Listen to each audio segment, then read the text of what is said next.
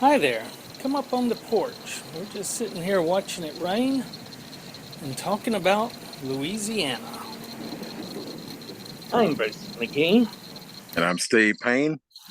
and this is a presentation for the Louisiana Anthology podcast. Also giving a version of it at the Louisiana Historical uh, um, Convention at the end of this week. So this will go both in our podcast and hopefully on YouTube if it comes out all right. Stephen, why don't you tell him just a tad about the Louisiana Anthology?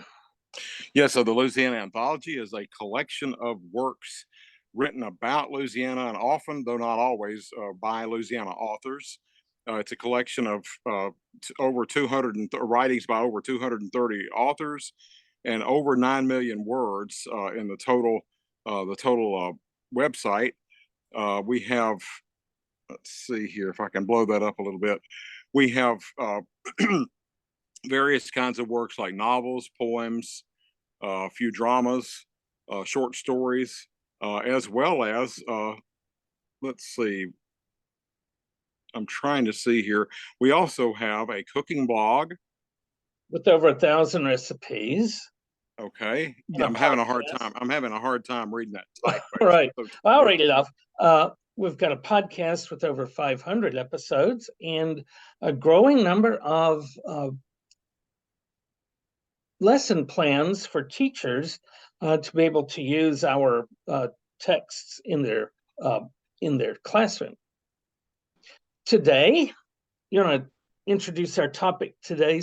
Yeah, so today we're going to be discussing the Ursuline Correspondence. This is a collection of 3 letters exchanged back and forth between the Ursuline nuns of New Orleans and then colonial governor, Louisiana, or early American governor, territorial governor, I guess more properly, William C.C. Claiborne, and of course then President Thomas Jefferson.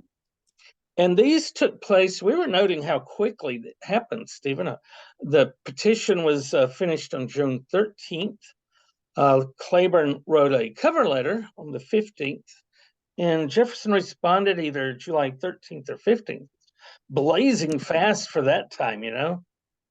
Yeah, it's really pretty amazing that the post was traveling, that quickly. And keep in mind that in the West, Louisiana was it. There was, Louisiana, the Louisiana Territory, I should say, because this is before statehood in 1812. It's well before that. And they really are just 6 months into taking possession, right? So the American government is brand new, and they've got some kinks to work out with the population that they found here.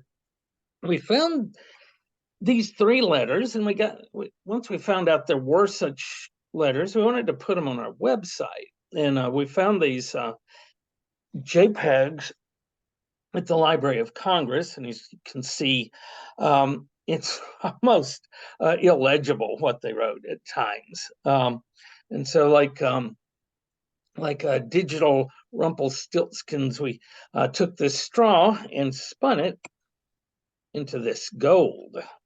We are the first place on the internet to have all of the correspondence. Let's see if that's going to work. Here we go, yeah. The letter from the nuns, the cover letter by W.C.C. Claiborne, and the response by Jefferson. Now, they are available at the Library of Congress in JPEG form. We're the first place in reader-friendly HTML format, which not only looks good on our screen today, but if you look it up on your iPhone, it adjusts for it too. So it's a very accessible way for us to be able to read these letters. And yeah, for an iPhone, well, any kind of smartphone, or for a tablet, they'll resize automatically. Stephen, you remember the afternoon you and I and Dolly Hertig spent blowing up those JPEGs on my office computer and trying to see what word exactly would fit. What word exactly would fit? In this blotch here. So, but we prevailed, and it's still the only place with this full transcription in HTML that I found, although one college has taken our version and put it into a PDF and posted it on their site, but it still looks like our version, but it's not as cool as ours because ours, looks good on a smartphone. So, Stephen, would we want to take a moment and read these letters before we go on? In case some of our then it's just some of the more important parts of the letters here. well, they aren't very long. If you want to read the Mother Superior, and then I'll read the Claiborne, and you can finish up with Jefferson. Yeah, so this is from Mother Superior Therese de Saint Javier Farjon, I guess is the pronunciation. Sounds groovy to me, Stephen. to President Thomas Jefferson, New Orleans, 13th June, 1804. Sir, emboldened by the favorable mention you have been pleased to make of their order, the nuns of St. Ursula at New Orleans take the liberty of addressing you on a subject highly interesting to their institution. They believe that without any direct application, the Treaty of Cession and the sense of justice which marks the character of the United States would have secured to them the property they now possess. But considering a sacred deposit, they would fail in a duty. They would fail in a duty that they deem essential were they to omit requesting that it may be formally confirmed to them and their successors, and that you may be pleased to communicate this request to the Congress of the United States in such a manner as you may deem proper. All right, let me scroll down. Our request is dictated by no wish of personal gratification or private aggrandizement secluded from the world. Its luxuries and vanities, wealth, and the enjoyments it brings would to them have no attraction. Devoted to religious duties, temporal advantages are not the objects of their pursuits, but bound by a solemn obligation to employ their revenue in charitable uses and their time in the education of youth, they cannot but be anxious to know that the property which is to enable them to fulfill these duties will be secured to them. It is not therefore their own cause, but that of the public which they plead. It is the cause of the orphan, the helpless child, want of the many who may be snatched from the paths of vice and infamy under their guidance, and be trained up in the habits of virtue and religion to be happy and useful, of society which will be spared the burden of the indigent and the depredations of vice of their country itself, which cannot but acquire honor in fostering and protecting such beneficent purposes. These considerations, they know, sir, will have weight with you. They anticipate your support because they are conscious deserve it, and they conclude with their ardent prayers for your personal happiness and the prosperity of the country whose affairs you direct. We have the honor to be, with the highest respect, sir, New Orleans, your most obedient servant, the humble sister, and I guess this is the Mother Superior, and then it is signed by Sister Therese de Saint Javier Farjon, as well as the rest of the convent, I guess. Is that correct? Yeah, and there are 1, 2, 3, 4, 5, 6, 7, 8, 9, 10, 11, 12, 13 at this point. We'll find out that all but 9 had left at one point, so they're starting to come back. And before we go on, I just want to mention how powerful that last paragraph was. Oops, sorry about that. About what their job is, and this is why I never mess with nuns, Stephen. Man, yeah, you're going to tell those ladies no? I don't think so. All right, so this is the cover letter, which Governor Claiborne, he had been very friendly toward the nuns and tried to reassure them from the beginning that they had no intentions on confiscating their property. And so now he adds this cover letter. Governor W.C.C. Claiborne to President Thomas Jefferson, New Orleans, 15 June, 1804. Sir, at the particular request of the superior of the convent in this city, I have the honor to enclose you a communication from the Ursuline nuns. These respectable ladies, that's an important word, Stephen, respectable, and merit and possess a great share of the public esteem. Their conduct is exemplary, and their time is usefully employed in the education of female youth. During my short residence in the city, I've paid the nuns very great respect and given them every assurances of the protection and friendly regard of the government of the United States. I believe I have succeeded in conciliating their affections and rendering their minds tranquil. It seems, however, that they have late entertained some fears that their property cannot be secured to them and their successors without an act of Congress.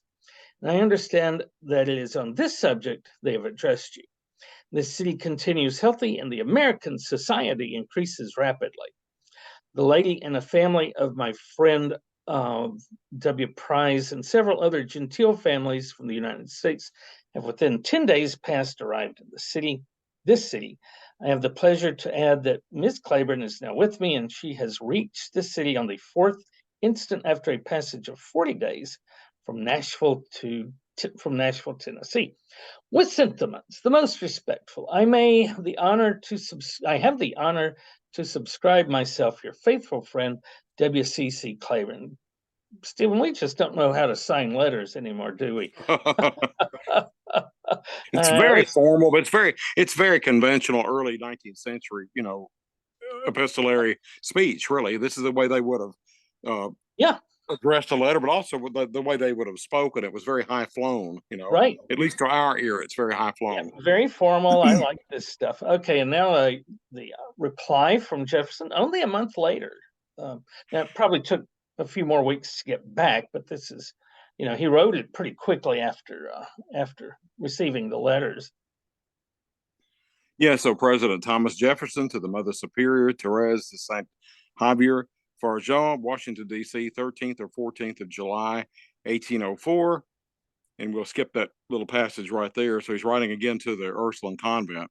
I have received, holy sisters, this letter you have written me, wherein you express anxiety for the property vested in your institution by the former governments of Louisiana. The principles of the Constitution and government of the United States are a sure guarantee to you that it will be preserved to you sacred and inviolate, and that your institution will be permitted to govern itself according to its own voluntary rules without interference from the civil authority, whatever diversity of shade may appear in the religious opinions of our fellow citizens. The charitable objects of your institution cannot. Let's see. Hold on. Oh, they can't. Oh, well. Sorry, I'm trying to get us back to where we need to be. Oh, here we go. Yeah, I'm flipping the page where it'll make it a little bit bigger for me. Yeah, cannot fail. It's right. Okay. Yeah, where it cannot fail to ensure it to the patronage of the government it is under. Be assured it will meet all the protection which my office can give it. I salute you, holy sisters, with friendship and respect. Thomas Jefferson. Yeah, that's, and again, that's just really great stuff. This mutual respect is very, there, and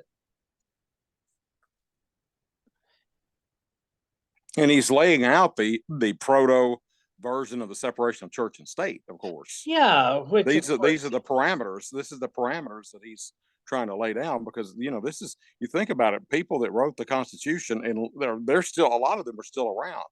That's and 1787 was famously a friend of the First Amendment. We'll get back to that in a little bit, but it got passed because they had to make a deal to grant that in order to get the Constitution passed. It didn't mean everybody liked it, but Jefferson likes the idea of freedom of religion, and that includes them, of course. So he's got the amendment to back him up, but it's also kind of the way he takes a stance on things religious, to be that the government will protect them from being attacked and having their stuff stolen and being kicked out. All right, so let's move on. Oops. Our next slide. Okay, so as old seminarians, Stephen, you and I, when we would read the letters especially the letters of Paul, but there are a lot of epistles in the Bible. And we'd always talk about the occasion and purpose. And you can even talk about that with the others, like the Gospel of Mark. What's the occasion that would, be behind the book? And, well, what is his purpose in writing it? But really, it's the inciting action of Freytag's pyramid, right? Yeah, and really with letters, that's always a big concern. So what was the occasion? And of course, we saw the nuns are worried that they'll have their property stolen. There's more to it than that. It wasn't just the Americans. Why don't you walk us through this next slide? Yeah, so the prefect Pierre Clément de Laussat, I guess, during the retrocession to France in March 1803. He arrives in March. Sorry, wasn't very clear with that. But he arrives in March and says, hey, the French are in charge now. Yeah, and so 4 of 26 priests remain. So here, only about a sixth, in fact, a little less than a sixth of the priests are still around. 9 of the 25 Ursulines have stayed. The rest have fled to Cuba. Thérèse Farjeon was elected Mother Superior, and this is June the 10th, 1803. So essentially right after the new prefect's arrival. So there's a real great deal of chaos there, but also uncertainty in terms of what's going to happen to the convent, to the sisters, but also to all those properties that are around there, as well as to their ability to practice their Catholicism. Well, and of course, at first blush, you may think, well, why were they so scared about the French coming back? After all, the French had set the Ursulines up in the first place. But remember what the nuns have spent the last few decades watching. Why were they worried? 1755, there was the Grand Derangement. I was saying that. The exile of the Acadians from Acadia. And yeah, it's far away, it's long ago, but the nuns in 1765, as Acadians started to come and would become the ancestors of the Cajuns. A Cajun is a variant of Acadian. And the nuns helped get them set up and, took care of them while they were in the city. They used the school to give them a place to get shelter, and they provided food and clothing and all that other stuff. So they know very well that when these colonies change hands, it can result in a mass deportation, right? And then 1776 to 1784, they watched the American Revolution. 1789 to 1799, even worse, the French Revolution. And so this guy, Laussat, he is not like the French people who left 40-something years ago. He's part of the group that killed him. So, are there going to be guillotines? We don't know. Who can say? And then, of course, perhaps the biggest shock to the New Orleans system of them all was 1791 to 1804, the Haitian Revolution. And this resulted in a mass exodus of people trying to escape Haiti, and a bunch of them wound up in New Orleans. So many that they doubled the size of the city within a short period of time. So, yeah, it shoots it up to about 14 or 15,000 residents, doesn't it? Something like that. Yeah. It does. So it's about, so for the listeners and here, this is about the population today. It's just a little smaller than modern day Natchitoches, and somewhat bigger than, say, Bastrop or Mendon. Yeah. So, from today's perspective, not that big yet, but it's a big influx. And in that period, it's a large city. I mean, it becomes overnight, or at least within a few months, really, really large. Right. And so this is on the heels of all of that. And so they know how much disruption has been going on during the relative peace and stability of the Spanish rule. The more you and I have studied the Spanish period, the more we're kind of impressed with how well they were governed, compared to what else was going on at the time in other places, right? Yeah, they knew how to run a bureaucracy. Something like, I mean, maybe not as sophisticated as a contemporary bureaucracy, but still for that era was pretty sophisticated. Well, one of the things they ordered after the Great Fire was a fireproof room to be built to keep records in. They were just really they liked their record keeping. The Spanish did. Well, why don't you tell us about the Louisiana Purchase? Well, we've got a picture of the ceremony where they took over. Yeah, so we have the salute being fired. The French tricolor is lowered. Of course, the American flag is raised in its place to symbolize the transfer. And we have this quote here. This is, of course, the date of this is December 20 of 1803. And we have this quote by Virgil, rumors, the swiftest of all evils. Well, the rumors running around were, pretty white hot, so to speak. One of them was that the United States was going to confiscate the convent's property and deport the nuns. And of course, this is hearkening also back to the destruction of the convents and the monasteries and so forth in Henry VIII's England, in early Tudor England. I mean, this is a very thing that's got to be on the mind of some people. But one of the other rumors was that the U.S. would prohibit the new nuns in the convent, and I guess that means prohibit their ministries, or outlaw them, I suppose. No more novices. And then confiscate their property when the nuns died. So, and this may seem ridiculous to us. It definitely did not seem ridiculous to them. If you cast your mind back to what we were just talking about, the Grand Derangement, the version probably that you and I have in our heads is the one that was put there by Longfellow and in his poem Evangeline. And the morning of her wedding, the British in their red coats come marching into town and deport everybody, load them up on boats and make them leave. It's kind of a half truth, Stephen, because some of the people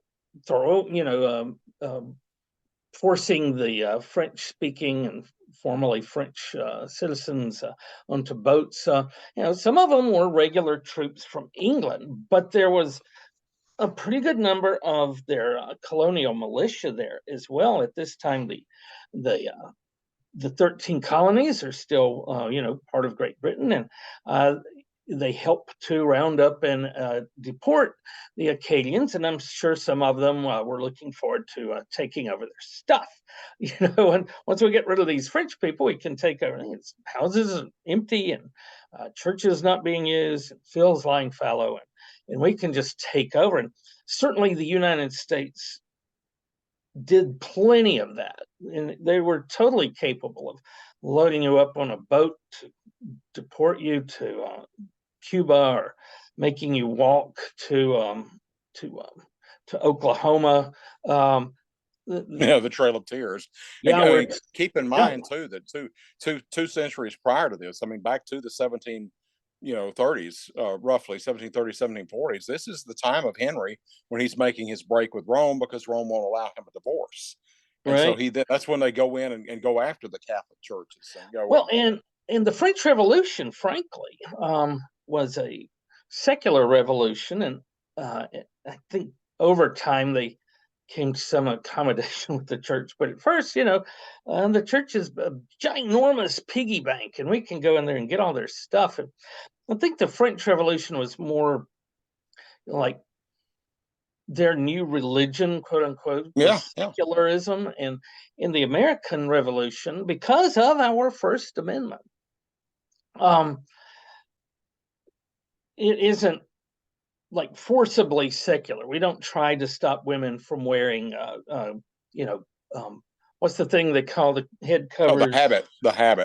The habit if you're a nun, or the hijab if you're a Islamic woman. And, we don't try to control religion and regulate. Well, and also our revolution was more conservative in the sense that much more. People, pretty much the people that were the colonial powers that be before the revolution, become the powers again in the early republic. I mean, there were some changes, but a lot of them were still in power. They were various, wealthy people, some of the legislators, etc., some judges and so forth. I mean, that were still in power. So our revolution was not, as in certain respects at least, was not as radical as the French Revolution was. And just look at, George Washington, the leader of the rebels. Where did he get his training? Well, as a, fighting for the British.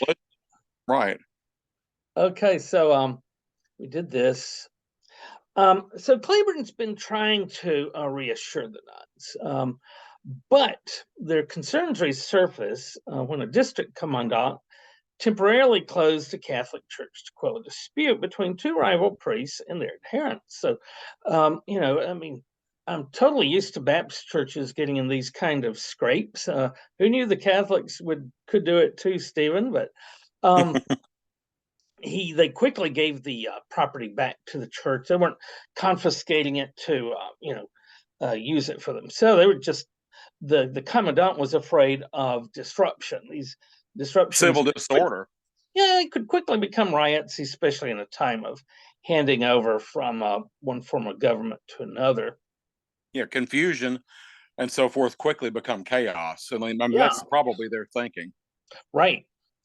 So what is their purpose then? That's the other thing. Well, we've got the situation, and the situation kind of foreshadows what the purpose is going to be.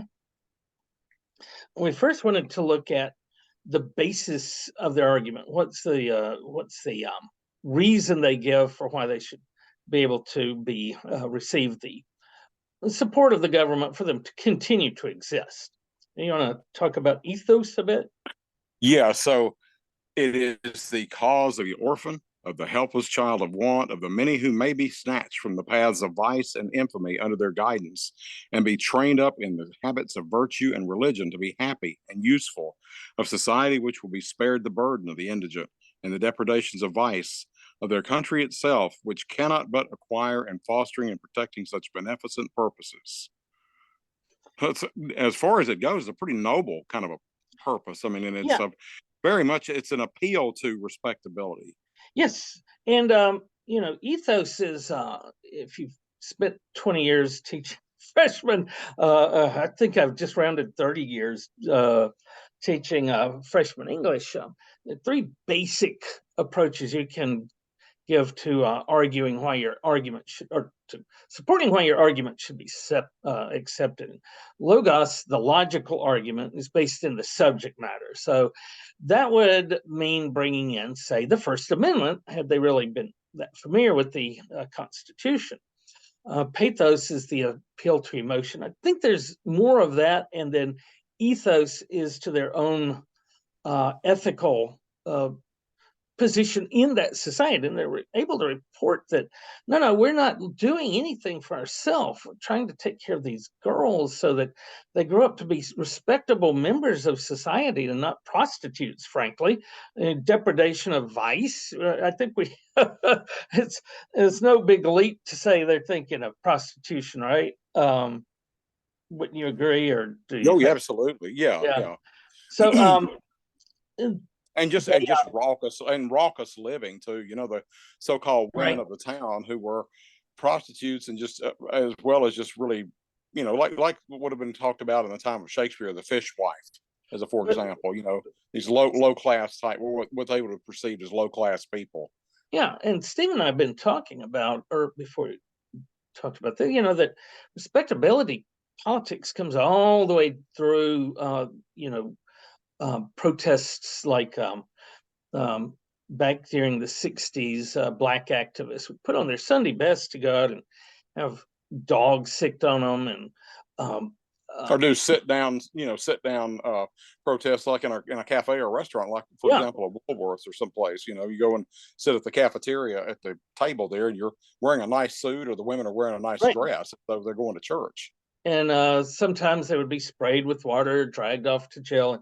You and I grew up knowing that when you had your Sunday clothes on, you were supposed to be especially careful. You did not want these to be damaged. And you see these people like going out on the front line in these, best clothes. And what that's about is them saying, we are good Christian people. Here is our suit that we wear to church. And this is part of that. And the whole thing about pull up your pants, you don't deserve rights unless you're respectable. And that's problematic. we talked about that before we started recording tonight too. The Yeah, idea of the philosophy and also the theology of clothes, which is a right. thing that Yeah. if you were in a certain station of life or a certain role or whatever, you were expected then it was expected that your clothes would mirror whatever that station was, or also whatever goal you were trying to accomplish. So again, wearing a suit and tie, wearing a nice dress, that flows right into respectability politics, but it's based in that philosophy of clothes. And you can't get more respectable than nun clothing. And this saying, this is what we do. This is our cause, is to train these girls up so they can someday be, proper, members of society and not show the vice that others might.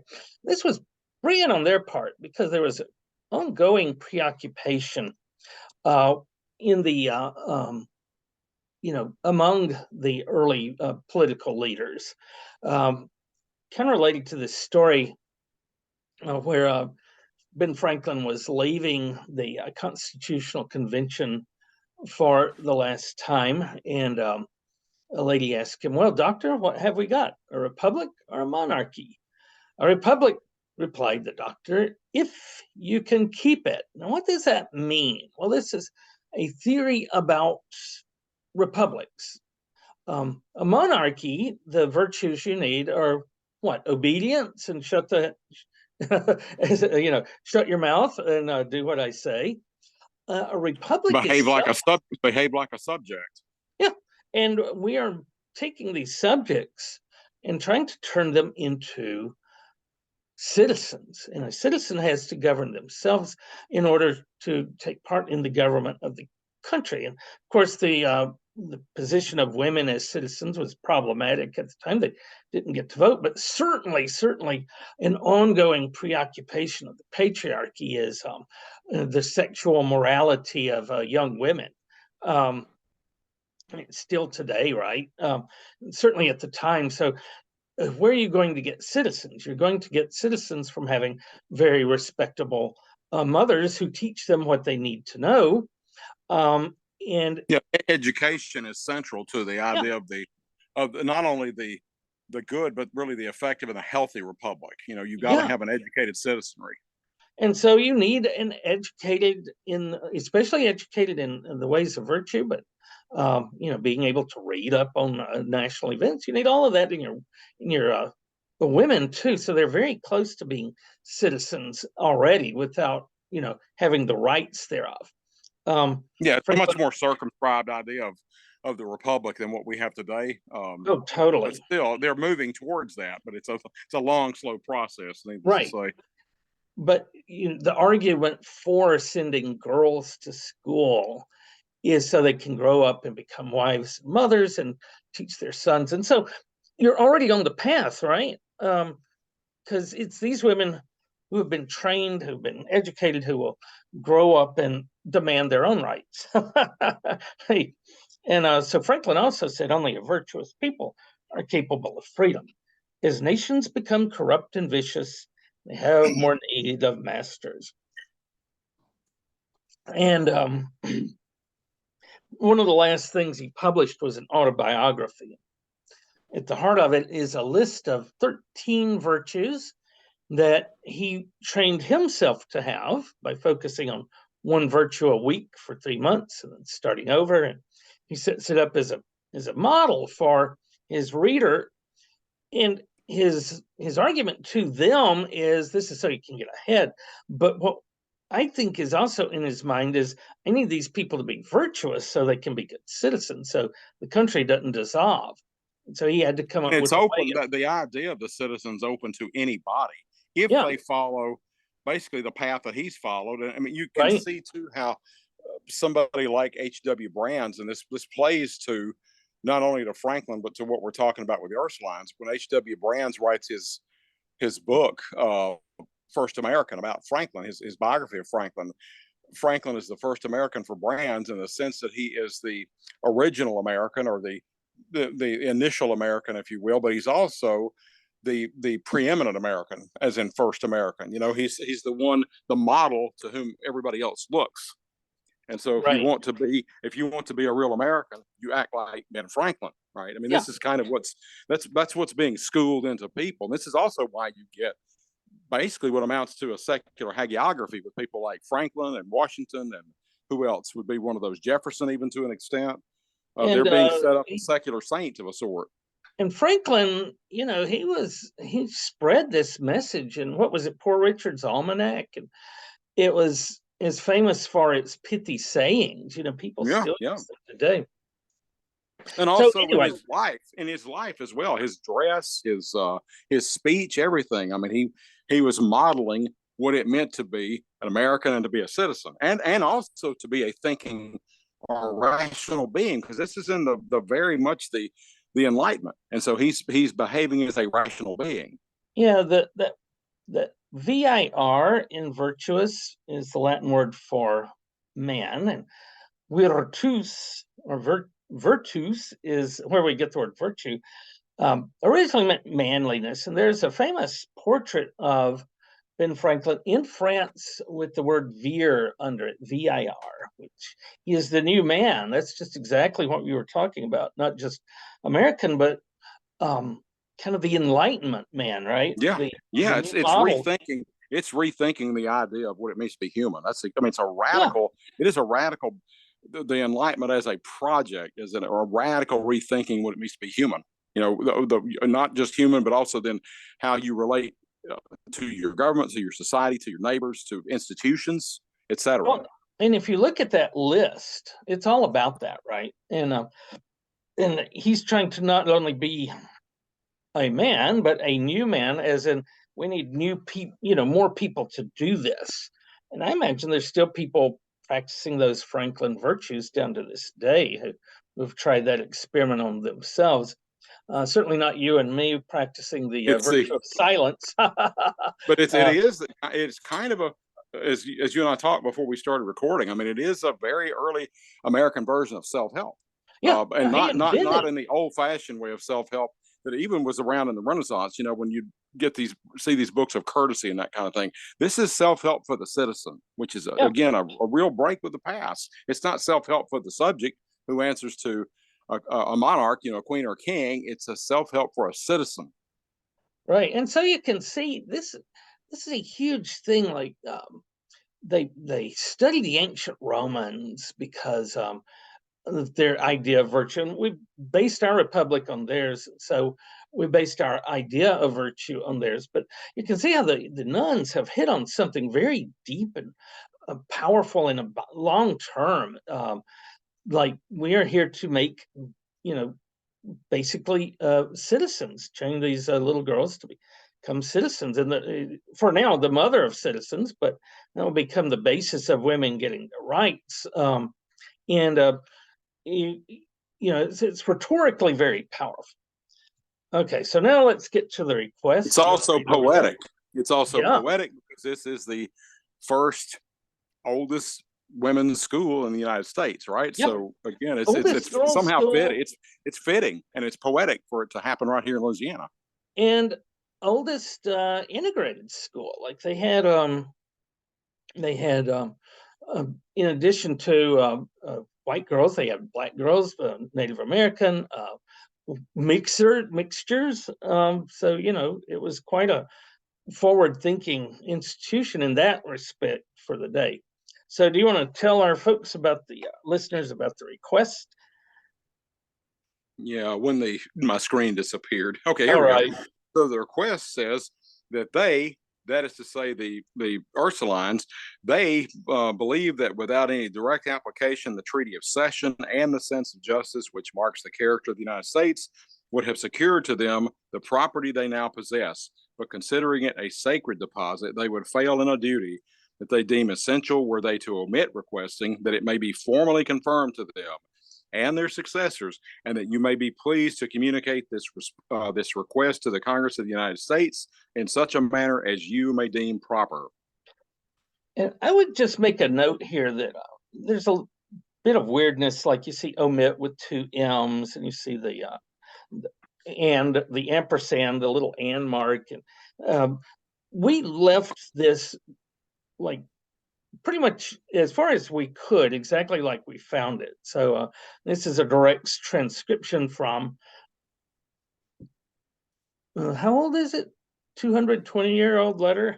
Yeah, exactly. It's, I mean, uh, so it's early. I mean, it's this. I mean, it's pretty obviously. Bruce and I are coming from a literary angle as opposed to historical, but the language is awfully close to the language of today. It just reads a little more yeah, formally than we write or speak today, but it's recognizable as the, the great grandparent of today's English or today's American English. yeah, and we didn't want to like go in and quote unquote correct it. We wanted to leave it the way it was, and so that's why it looks this way.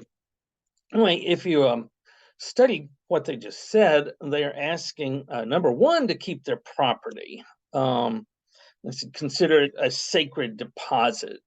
So they want it to be confirmed. They want to continue to educate girls, and they want successors, which means they want to add new nuns to the convent. What's the reason for that? Well, as we saw with these rumors, there was, in addition to a direct confiscation, now kind of grandmother clause that would allow the nuns there to stay there, but then in a generation they wouldn't allow any new novices to come in, and in a generation or less they'd all be gone.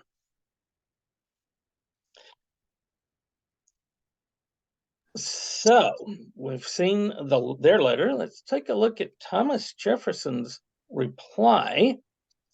And first, he bases his reply on the First Amendment. Do you want to read this part? Yeah, this is his appeal, right? This is his argument that he's making. He's making his case. So he says, I have received, holy sisters, the letter that you have written me, wherein you express anxiety for the property vested in your institution by the former governments of Louisiana, the principles of the Constitution, and the government of the United States, then are a sure guarantee to you that it will be preserved to you sacred and inviolate, and that your institution will be permitted to govern itself according to its own voluntary rules without interference from the civil authority. So this is very different from the from the Latin world where they would have, and Bruce and I should point this out. What he's talking about is not religious tolerance. This is religious liberty or liberty of conscience. Well, it's and much different. This is new pretty much everywhere. The first government in the West that we know of that had religious liberty was Rhode Island, founded by Roger Williams, the first Baptist or at least first Baptist minister in America. And he'd been developing this thesis several years ago. Stephen, was this project, were we even doing this yet? I think maybe so. But who was that guy that wrote about? John Barry. Yeah. John Barry wrote about Roger Williams and his belief in the freedom of religion.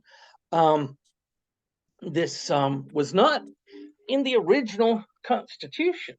The rough draft they were sending, or the thing they were sending around to the states to be adopted. The denomination that really believed in this and wanted separation of church and state was the Baptist Church of the time. And was it John Leland who met with James Madison in an orchard, and told him, I've got enough Baptists in Virginia that if we all vote against this Constitution of yours, it's going to go, it's not going to pass. It will go down in flames. What was that, Stephen? You kind of broke up. It would go down in flames. Yeah. And if it doesn't pass in Virginia, it's kind of a linchpin, it's not going to succeed. And so Madison, what do you want? Well, we want an amendment to the Constitution guaranteeing religious liberty. And Jefferson was a big, and we should point out why they're pushing for this, because Baptists, Bruce and I come out of the Baptist tradition, both of us, educated in seminary, albeit Bruce's is more in biblical studies. Mine was in church history. I studied this in seminary. And those Baptists were a minority religion, but they were a victimized religion and a vulnerable religion. That is to say, they were beaten in the streets, they were put in the stocks, they were imprisoned. Famously, a Baptist or possibly Congregationalist, John Bunyan, was thrown in the clink because he was preaching without a license. Well, and you're You had forgetting their others. favorite punishment, which was to throw us in the water. Yeah, well, baptized? exactly. Some were executed. I mean, some were literally executed because they were preaching the freedom of conscience or the liberty of conscience. That was a radical view when the Baptists came along, originally in 1609 and following. One of those original Baptists, Thomas Helwys, his friend, dies probably in the Tower, but he's preaching and writing a book called The Mystery, or a pamphlet called The Mystery of Iniquity, which we think is the first document in English to call for absolute liberty of conscience for everybody, not just for Protestants, but for Catholics, for atheists, for Muslims, etc. So for everybody and anybody. So it was a radical document for 1612, 1613 or thereabouts when he, delivers this into the hand of King James I. So it's a real call to arms. It's still radical, Stephen. Like even among our Baptist friends, they've kind of, as soon as they started getting majorities in certain places, they started regretting the First Amendment, and they don't believe in that, religious. They forget that they're Baptists. But of course, what happens to our country if religious plurality goes away? Well, it's like Highlander, there can only be one, and we're talking not in Northern Ireland. It was Catholics versus Protestants, but we've got 1,000 denominations, and they would all have to kill all the others. It would just be a bloodbath if we decided to start having. It would be the 16th and 17th century wars of religion all over again. Yeah, and something I like to point out to my classes: there is not now, nor has there ever been, nor could there ever be, a Christian country, which is what they like to pretend, right? This is a Christian country. All you can have is a state church. What's the difference? Well, the Vatican, famously, is its own country, right? And it's a Christian country. But if you and I went over there and said, we want to chat with the Pope, we're going to set up the First Baptist Church of the Vatican, right? Using that Sistine Chapel this Sunday, we think it would have great acoustics for our praise service. How far would we get, Stephen? Well, we would actually, because other Protestants were also pretty murderous, we'd point out, John Calvin famously put Miguel Servetus, the Spanish Arian, he put him to the stake. He burned him at the stake, and they had lured him back to Geneva, basically under false pretenses. Also, the Baptist predecessors, the Anabaptists, who were really more cousins than immediate ancestors of the Baptists, but a lot of Anabaptists were executed in the same way. They were burned at the stake, or they were hanged, drawn, and quartered, or drowned. Yes, but yeah, we wouldn't probably be killed by this Pope, but they would show us the door pretty quickly, because it is not a Christian country; it is a Roman Catholic country. That's the only one they permit. And as much as these types of folks who want a state church may hate, somebody from a totally different faith, like a Buddhist, they've reserved their true wrath for somebody that's almost just like them, but a little bit off. And they must die, those infidels. So Jefferson was big into the First Amendment, wrote a letter to the Danbury Baptist Association that talked about the wall of separation between church and state. And we didn't get anything like this quite in this, but you can see it's the same spirit behind it, right? Absolutely. And again, it's taking the First Amendment, which is a piece of paper, and it's applying the thing. It's what it's doing. So it's moving from the abstract to the concrete. Right. Okay, so let's move on. He responds also to their particular argument with the respectability politics. Whatever diversity of shade may appear in the religious opinions of our fellow citizens, the charitable objects of your institution cannot be indifferent to any.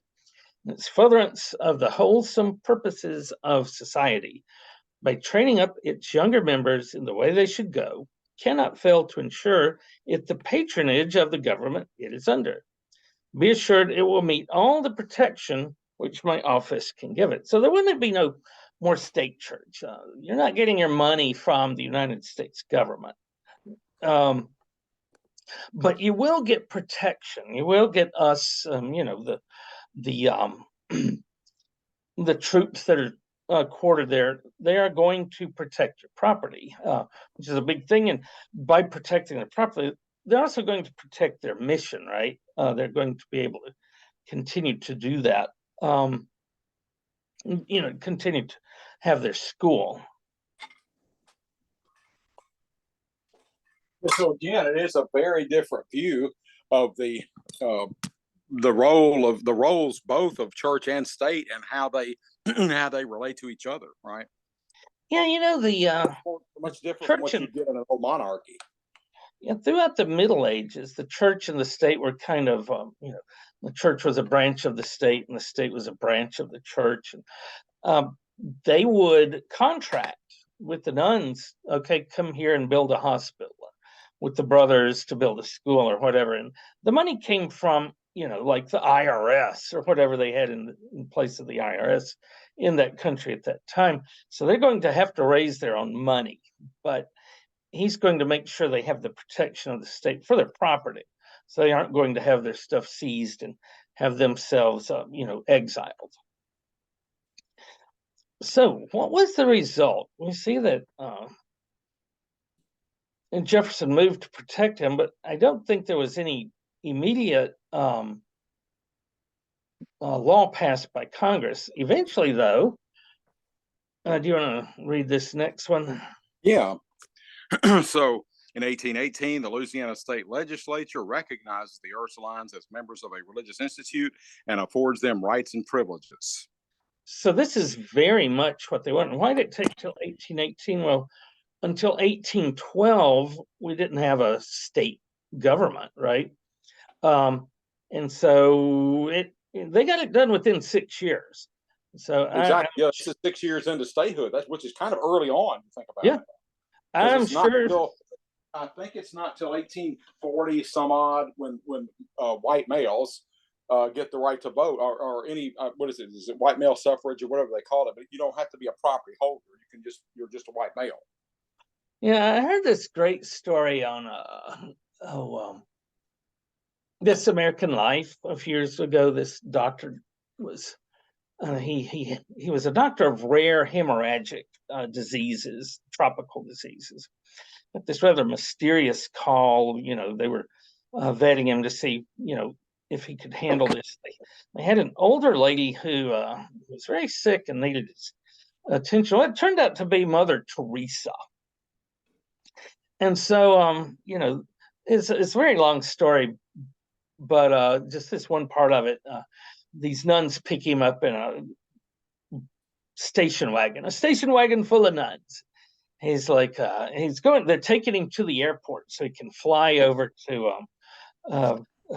India on the supersonic transport. They got to get him there now, right?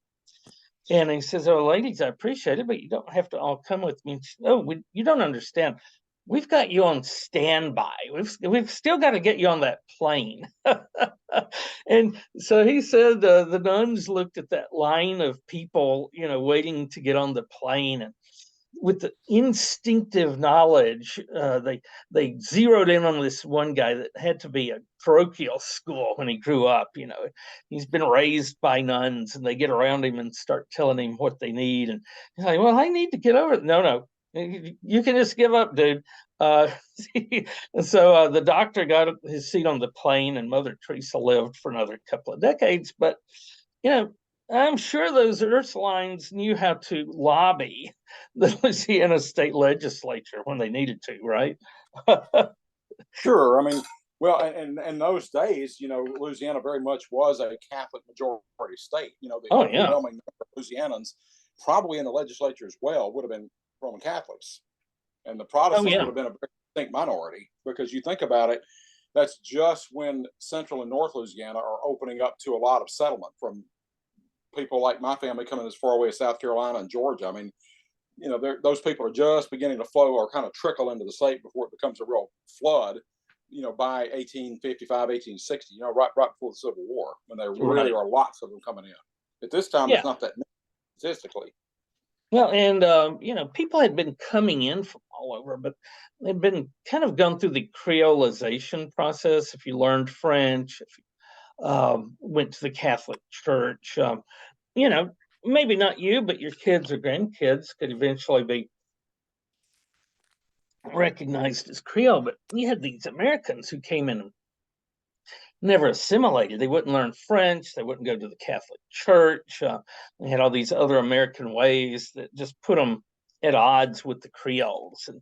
And it takes a while though before they have a majority in the state legislature. Now there was one time that the government stepped in and did take some of their property away from them in December 6th, 1865. The 13th Amendment is ratified and formally frees the Ursuline slaves, because this property they're talking about, they not only have the convent, they have the school, they have a chapel, but they also have plantations that support them. That's where their money comes from. They weren't paid by the government year by year. They were given a farm, given plantations, and given slaves. And it was these slaves that provided the money for the funding of the school. Kind of find ironic, but it's kind of, any money that was in Louisiana at the time, where was it coming from, Stephen? I would think possibly from slavery. Absolutely. Yeah. I mean, as a guest we hope to get on the show soon has shown, I mean, that was essentially the linchpin of that planter economy came from slavery, and then all the stolen labor, literally is what it was, but stolen labor of African Americans in cotton and various other industries, but particularly cotton in Louisiana, since it was in the lower South, of making your fortune off of that. Right. So that, a bit of irony aside, the Ursulines continue to run the school in New Orleans, and it's prospering. It's full of young women who are being taught very valuable stuff by this kind of the first parochial school in the city, huh? Yeah. I think it predates any boys schools. I think they came along later. Well, I have enjoyed studying about the Ursulines, and I really enjoyed you and me, and with Dolly Hertig's help, transcribing these and putting them up on our website so that people can read them. Yeah, hopefully this is kind of the goal of the whole project, and hopefully it does make this information more accessible to other people. But also, I hope that they really come to appreciate why these are still topics that are worth discussing, but also principles that are worth fighting for, quite frankly, right? I mean, right. I mean, we've got people right now that think that they should go and, open fire in a synagogue or go and shoot up some African American church or whatever. But again, they think they have the right to do such things, and commit such violent acts, and thus really spit on the social contract that we make, not only with the government, but we make that contract with each other as supposedly rational beings. If we ever overturn the First Amendment and start imposing a state church on people, it's going to be blood in the streets. This is, like I say, we've got hundreds of denominations.